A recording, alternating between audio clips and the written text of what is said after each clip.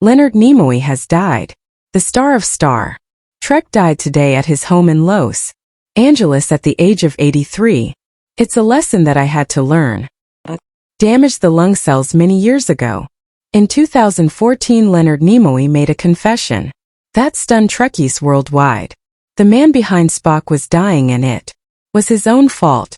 Decades of smoking had destroyed his lungs, but his fans mourned. His family discovered something else. Private letters, secret recordings, and a poem he'd written years earlier. They revealed a man tormented by guilt, addiction, and a broken family. His final weeks were spent making amends for mistakes that had haunted him since the 1980s.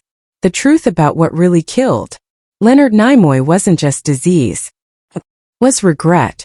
Leonard Nimoy was born in 1931 in a cramped Boston neighborhood, where families were packed into small apartments and pushcarts filled the noisy streets.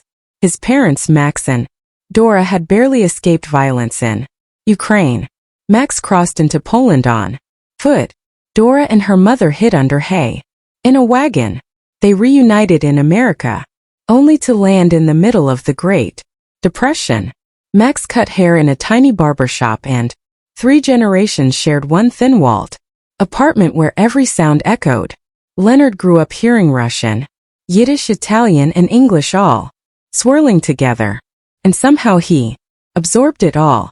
Years later, he would say those voices shaped the way he connected with the world as Mr. Spock and beyond. Even after becoming famous, he named his sailboat and his Lake Tahoe cabin West End like a little anchor back to where it all began. He first stepped on a stage by accident. He was 8, hanging around the Peabody House after school. It had a basement theater bigger than anything he'd ever seen. One day, counselor needed a kid who could sing. Leonard was pushed forward, and by evening he was Hansel and Gretel. The crowd was huge, bigger than his whole apartment building, and they clapped loud. That sound stuck with him. He kept performing with local kids, theaters, and squeezed it in between school and choir. When a gritty drama came to town in 1948, Leonard, still a teenager, landed the lead. The story was about a poor immigrant family, and it hit so close to home that it lit something inside him. Nothing else, no career his parents suggested, could compete with that feeling. Life wasn't easy, not even close. By age 6, he was selling newspapers in the freezing cold. His fingers would ache just holding the coins. By 10, he was shining shoes. By 11, he was knocking on doors with greeting cards. At 12, he set up chairs in theaters for 10 cents a row. 15. He was lugging vacuum cleaners up and downstairs trying to make a sale. Money was always tight. Some weeks they had to pawn Max's barber tools on Friday and buy them back Saturday to cut wedding hair. That kind of survival taught Leonard to never be late, never slack. If he missed a newspaper drop, they might not eat that day. His son once said that hunger, not ambition, was what drove him to succeed. He was desperate because failure meant real pain. The summer he turned 18, Leonard packed a suitcase and left. He didn't go to college like his parents hoped. He bought a one-way train ticket to Los Angeles using the money he earned selling vacuums. It was a 3-day ride. He had 2 shirts and $600. He got off the train exhausted and broke, but full of hope. He rented a tiny room for $6 a week and lived on 10-cent chili while searching for acting work. Day jobs paid the bills. Usher, cab driver, vending machine stalker. When the money ran out, he sold his blood for rent. Twice, he managed to scrape together tuition for acting school, but dropped out after 6 months. He wanted real sets, real roles. Years later, while getting his Hollywood star, he joked that he arrived in LA in an illogical condition, flat broke but full of dreams. Just 2 years later, he landed his first big role. He played a tough, scar-faced boxer in Kid Monk Baron. The makeup was Heavy. The budget was low, but Leonard was the star. He was barely 21.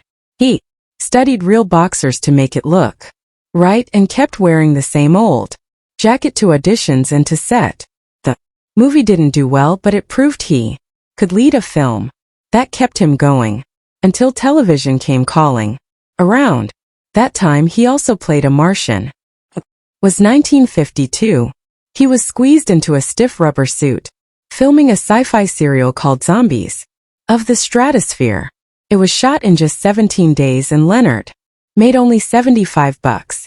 His character barely spoke just 42 words. The film was so cheap that later TV edits cut him out of some close-ups. Even his name was misspelled on the poster. Leonard Nimoy. Still, he kept the lobby card. Even Martians, he said, have to start somewhere. In 1953, the Army called. Leonard traded auditions for a uniform. He joined the Special Services, the entertainment wing. They paid him $84 a month and fed him, which wasn't bad. He wrote and performed in variety shows, sometimes 2 a night. He even played Stanley from A Streetcar Named Desire. While still in uniform, the Army let him act, narrate films, and project his voice across parade grounds. He stayed for 680 days, earned 2 ribbons, and came back home with new skills. But Hollywood hadn't been waiting for him, so he took whatever came. He played a soldier in them, a film about giant ants. His line was, "Look at the size of those ants." That paid $48. A few years earlier he was a baseball extra chasing a cat around a bot's field. That one paid $42.